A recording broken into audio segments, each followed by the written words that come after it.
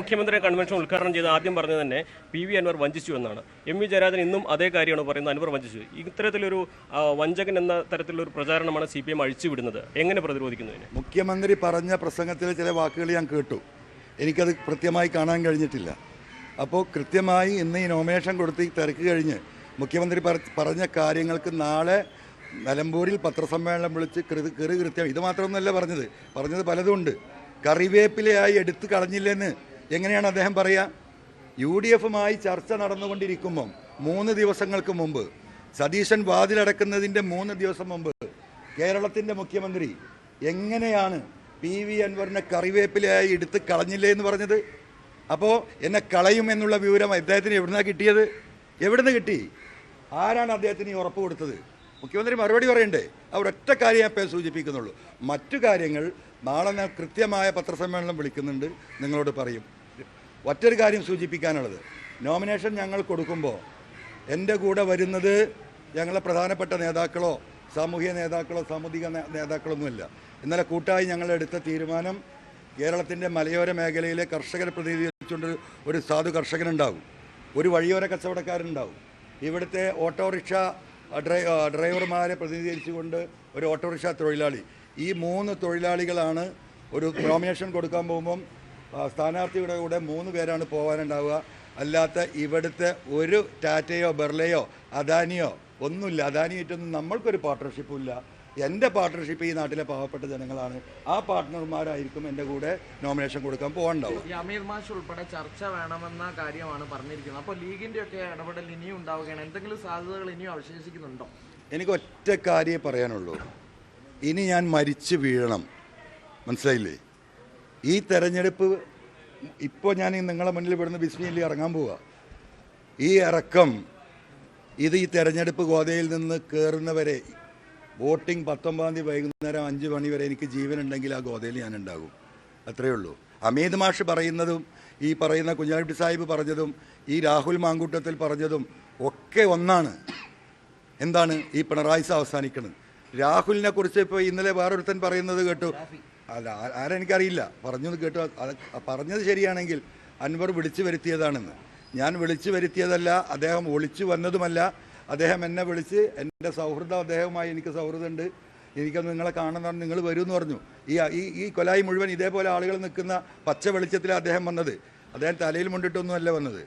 അപ്പോൾ സ്വാഭാവികമായും അദ്ദേഹത്തെ കൂടി വെറുതെ അദ്ദേഹത്തിൻ്റെ ക്രെഡിബിലിറ്റി കൂടി ഷാഫിക്ക് നശിപ്പിക്കണമെന്നുണ്ടെങ്കിൽ ഈ പറയുന്ന രാഹുൽ മാങ്കൂട്ടത്തിനെ വെട്ടലാണല്ലോ ഞാൻ അടുത്ത പണി. ഇതാണല്ലോ കോൺഗ്രസിലെ പരിപാടി. ഇതല്ലേ, വെട്ടലാണല്ലോ. ഒരാൾ കയറുന്നുണ്ടായിരുന്നാൽ പണ്ട് എന്താ പറയുക, കേരളത്തിൽ നിന്ന് ഇൻ്റർനാഷണൽ ഒരു എക്സിബിഷന് പോയ സമയത്ത് ഒരുപാട് കടൽ ജീവികളുണ്ടെന്ന് പറഞ്ഞു. അപ്പോൾ ഒരു കുപ്പിയിൽ ഇങ്ങനെ 3-4 ഞണ്ടുകൾ നിൽക്കുന്നുണ്ട്. അപ്പോൾ ഒരാൾ പെട്ടെന്ന് ഐഡൻറ്റിഫൈ ചെയ്തു, ഇത് ഇന്ത്യയിൽ നിന്ന് കേരളത്തിലാണെന്ന് പറഞ്ഞു. അതെന്ത് എത്ര പെട്ടെന്ന് നിങ്ങൾക്കിത് മനസ്സിലായി ചോദിച്ചപ്പോൾ അടിയിലെ ഞണ്ട് മറ്റേ മുകളിലെ ഞണ്ടിനെ വലിച്ച് താഴെ ഇടാൻ ശ്രമിക്കുകയാണ്. മനസ്സിലായില്ലേ? അപ്പോൾ ഇതാണ് കോൺഗ്രസ്. ഇനി ആ രാഹുൽ മാങ്കൂട്ടത്തിനെ വെട്ടണം ഷാഫിക്ക്. അതിന് എന്തിനങ്ങനെ കളവ് പറയുന്നത്? ഷാഫി അങ്ങനെ പറയാൻ പാടുണ്ടോ? രാജ്യത്തിൻ്റെ പാർലമെൻറ്റിലൊക്കെ അദ്ദേഹം എടുക്കുന്ന നിലപാടുകളൊക്കെ ഇപ്പോൾ നമ്മളൊക്കെ കണ്ടുകൊണ്ടിരിക്കുകയാണല്ലോ. മാസങ്ങൾക്ക് മുമ്പ് വന്ന ബില്ലിൻ്റെ കാര്യത്തിൽ അദ്ദേഹം നടത്തിയ എന്താണ് ഞാൻ പറയണോ? അപ്പം അങ്ങനെയൊന്നും ആരും പറയണ്ട. പറഞ്ഞാൽ പറയുന്നതിൽ വസ്തുതയുണ്ടാകും. ഒരടിസ്ഥാനമില്ലാത്ത കാര്യങ്ങൾ പറയുമ്പോൾ ജനങ്ങളുടെ മുമ്പിൽ വസ്തുതയും തെളിവും നിരത്തിക്കൊണ്ട് P.V. അൻവർ സംസാരിക്കും. അത്രേ പറയാനുള്ളൂ. പ്രതിപക്ഷമായി നിൽക്കുമ്പോഴാണ് വീണ്ടും ഒരു പ്രതിപക്ഷ മുന്നണി എന്ന് പറഞ്ഞ് രൂപീകരിക്കുന്നത്. അപ്പോൾ പ്രതിപക്ഷമായിട്ട് അല്ല, UDF-ൽ ഞാൻ പറഞ്ഞല്ലോ, ഞാൻ ഒറ്റ കാര്യം പറഞ്ഞുള്ളൂ. ഈ പറയുന്ന V.D. സതീശൻ, ഈ പറയുന്ന പിണറായിയുടെ നിഴലായി നിൽക്കുന്ന V.D. സതീശൻ്റെ നേതൃത്വത്തിലുള്ള ഒരു UDF-ന് എന്തർത്ഥം? അദ്ദേഹം ആ നേതൃത്വത്തിൽ ഇരിക്കുന്നിടത്തോളം കാലം TMC-യും ഞങ്ങളും അതിലേക്ക് ഇല്ല എന്നാണ് പറഞ്ഞത്. അത് നമുക്ക് കാണാം. ഇന്ന് VV പ്രകാശിൻ്റെ വീട്ടിലേക്ക് പോകുന്നുണ്ടോ? ഞാൻ പലരുടെയും വീട്ടിലേക്ക് വോട്ട് ചെയ്യിക്കണമല്ലോ. എൻ്റെ ഏറ്റവും അടുത്ത സുഹൃത്തായിരുന്നു VV പ്രകാശ്. 2016 ആര്യാടൻ ഷൗക്കത്ത് മത്സരിക്കുകയും പരാജയപ്പെടുകയും ചെയ്തു അല്ലേ? 2021 DCC പ്രസിഡൻ്റായിരുന്ന എൻ്റെ കോളേജ് മേറ്റ് ആയിട്ടുള്ള എൻ്റെ സുഹൃത്തായിട്ടുള്ള VD സതീശനായിരുന്നു, VV പ്രകാശായിരുന്നു മത്സരിച്ചിരുന്നത്. അദ്ദേഹത്തെ അനുനയിപ്പിക്കാൻ കേരളത്തിലെ ആരൊക്കെയായിരുന്നു ആര്യാടൻ്റെ വീട്ടിൽ പോയിരുന്നു നിങ്ങൾക്കറിയാലോ. അങ്ങനെ അനുനയിപ്പിച്ച് എല്ലാം സെറ്റിലായി എന്ന് നിങ്ങൾ വാർത്ത കൊടുത്ത് UDFിൻ്റെ ആദ്യത്തെ പൊതുയോഗത്തിലേക്ക് പ്രസംഗം നടന്നുകൊണ്ടിരിക്കുമ്പോൾ ഷൗക്കത്ത് കയറി വരുമ്പോൾ ബഹുമാനിച്ചിട്ട് എൻ്റെ സുഹൃത്ത് ഈ പറയുന്ന VV പ്രകാശ് ഇറങ്ങിച്ചെന്ന് കൈ കൊടുത്തപ്പോൾ കൈ തട്ടിപ്പോയവനാണ് ഈ പറയുന്ന ആര്യാടൻ ഷൗക്കത്ത്. അതൊന്നും നിലമ്പൂരിലെ കോൺഗ്രസ്സുകാർ അത്ര എളുപ്പം മറക്കുമെന്ന് നോക്കണ്ട. അദ്ദേഹത്തിൻ്റെ മരണം അദ്ദേഹം ഹൃദയം പൊട്ടി മരിച്ചതാണ്. അതിന് കാരണക്കാരൻ ഇദ്ദേഹം കൊടുത്ത അങ്ങേയറ്റത്തെ പ്രഷറാണ് എന്ന് വിശ്വസിക്കുന്ന ഭാര്യയും മക്കളും അച്ഛനും അമ്മയുള്ള വീടാണത്. മനസ്സിലായില്ലേ? ആ വീട്ടിൽ ഞാൻ പോകാതിരിക്കുമോ? ഞാൻ നോമിനേഷൻ കൊടുത്താൽ ആദ്യം പോയിട്ട് അവരോട് തന്നെയല്ലേ ഞാൻ വോട്ട് ചോദിക്കേണ്ടത്. ഞാനന്ന് ആഫ്രിക്കയിലാണ്, തെരഞ്ഞെടുപ്പിൻ്റെ റിസൾട്ടിൻ്റെ തലേ ദിവസമാണ്. ആഫ്രിക്കയിൽ നിന്ന് ഇവിടെ എത്തണമെങ്കിൽ 36 മണിക്കൂറൊന്ന് വിമാനത്തിലിരിക്കണം. ആ വിമാനം ഇറങ്ങി 1.5 ദിവസം ഉറക്കൊഴിച്ച് എയർപോർട്ടിൽ നിന്നും ഞാൻ ആ ഇട്ട ഡ്രസ്സിലാണ് ആ വീട്ടിലേക്ക് പോയത്. അപ്പോൾ അദ്ദേഹത്തിൻ്റെ ഒരു ബന്ധു എന്നോട് എന്താ പറഞ്ഞറിയോ? ഇദ്ദേഹം മരിച്ച ദിവസം രാത്രി 1:30 മണിക്കാണ് വിവരം കിട്ടിയിട്ട് മഞ്ചേരി മലബാർ ഹോസ്പിറ്റലിൽ ഇദ്ദേഹം വരുന്നത്.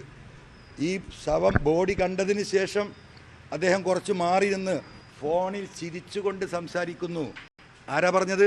ഇദ്ദേഹത്തിൻ്റെ ഉറ്റ ബന്ധു, ഒരേ രക്തം, ഫോണിൽ സംസാരിക്കുന്നു. അങ്ങനെ ചിരിച്ചുകൊണ്ട് ആസ്വദിച്ചുകൊണ്ട് ഒരു വണ്ടിമ്പലയും നീങ്ങിയല്ലോ എന്ന സന്തോഷത്തിൽ 10 മിനിറ്റ് കഴിഞ്ഞ് ആ ആശുപത്രിയിൽ നിന്ന് പോവുകയാണ്. പിന്നെ ഈ ശരീരമെടുക്കാനുള്ള ആശുപത്രിയിലെ പ്രൊസീജിയറെല്ലാം കഴിഞ്ഞ് വീട്ടിലേക്കെത്തി രാവിലെ 7:30 മണിക്ക് ഈ പറയുന്ന വ്യക്തി വരുന്നു. എൻ്റെ വാക്കല്ല കേട്ടോ, അദ്ദേഹത്തിൻ്റെ ബന്ധുവിൻ്റെ വാക്കാണ്. അപ്പോൾ എന്താ പറഞ്ഞറിയോ? രാവിലെ മറ്റൊരു ഷർട്ട്, അത് കഴിഞ്ഞ് വൈകുന്നേരത്തെ അനുശോചന യോഗത്തിൽ അദ്ദേഹം കുളിച്ച് കുട്ടപ്പനായി വരുമ്പോൾ മറ്റൊരു ഷർട്ട്, അദ്ദേഹത്തിൻ്റെ വാക്കാണ്. അപ്പോൾ എങ്ങനെയാണ് അൻവർക്ക ഇങ്ങനെ സാധിക്കുക? അദ്ദേഹം ആസ്വദിക്കുകയല്ലേ, ഏട്ടനെ ഞങ്ങളെയും കൊന്നതല്ലേ എന്ന് വിശ്വസിക്കുന്നു ആ കുടുംബം. മനസ്സിലായോ? ആ കുടുംബത്തിൻ്റെ വേദന നിലമ്പൂരിലെ കോൺഗ്രസ്സുകാർ കാണാതിരിക്കുമോ? ആ കുടുംബം കാണാതിരിക്കുമോ? അപ്പോൾ ആ വീട്ടിൽ ഞാൻ പോവില്ലേ? കുടുംബത്തിന്റെ അനുമതിയോടെയാണോ പോകുന്നത്?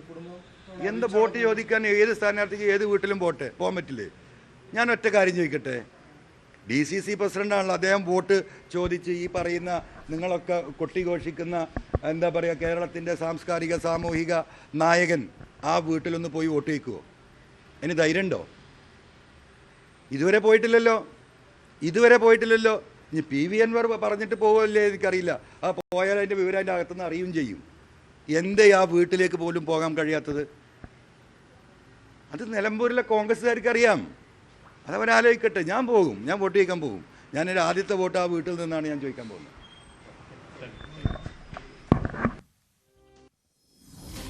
PV അൻവറിൻ്റെ വാക്കുകളാണ് നമ്മൾ കേട്ടത്. അൻവറും വ്യക്തമാക്കുന്നു താൻ ഇനി UDFിലേക്കില്ല. ഒപ്പം പുതിയ മുന്നണി പ്രഖ്യാപനം നടത്തിയെങ്കിൽ കൂടി അതിൽ ഒരു മുന്നണി സ്വഭാവത്തിലല്ല, മറിച്ച് സാധാരണക്കാരുടെ പിന്തുണ തനിക്കൊപ്പം ഉണ്ടാകുമെന്നതാണ്. ഒപ്പം VD സതീശനെ അടക്കം കടന്നാക്രമിക്കുന്ന രീതിയിൽ തന്നെയാണ് അൻവർ നിൽക്കുന്നത്. അൻവറും പോർമുഖത്തേക്കാണ്, കടുത്ത പ്രതിയോഗിത നടത്തുമെന്നതാണ്. ഇനി താൻ തെരഞ്ഞെടുപ്പിൽ പോളിംഗിന് ശേഷമേ തിരികെ വരുള്ളൂ, അതിശക്തമായ രാഷ്ട്രീയ പോരാട്ടത്തിലേക്ക് ഇറങ്ങുന്നു എന്ന അൻവറിന്റെ പ്രഖ്യാപനമുണ്ട്. നിലമ്പൂർ മുമ്പെങ്ങും കാണാത്ത തരത്തിലുള്ള രാഷ്ട്രീയ പോരാട്ടത്തിലേക്ക് മാറുകയാണ്. CB അനുമോദ് ചേരുന്നു. അനുമോദ് ചോദിച്ചിരുന്നു ഏതൊക്കെ രാഷ്ട്രീയ പാർട്ടികളാണ് അൻവറിനൊപ്പമുള്ളത്. ഒരു മുന്നണി എന്ന് പറയുമ്പോൾ അതിനെന്താണ് സാങ്കേതികത, എന്താണ് അതുകൊണ്ട് പുള്ളി ഉദ്ദേശിക്കുന്നത് എന്ന് വ്യക്തമാക്കിയിട്ടുണ്ടോ ഇപ്പോഴും?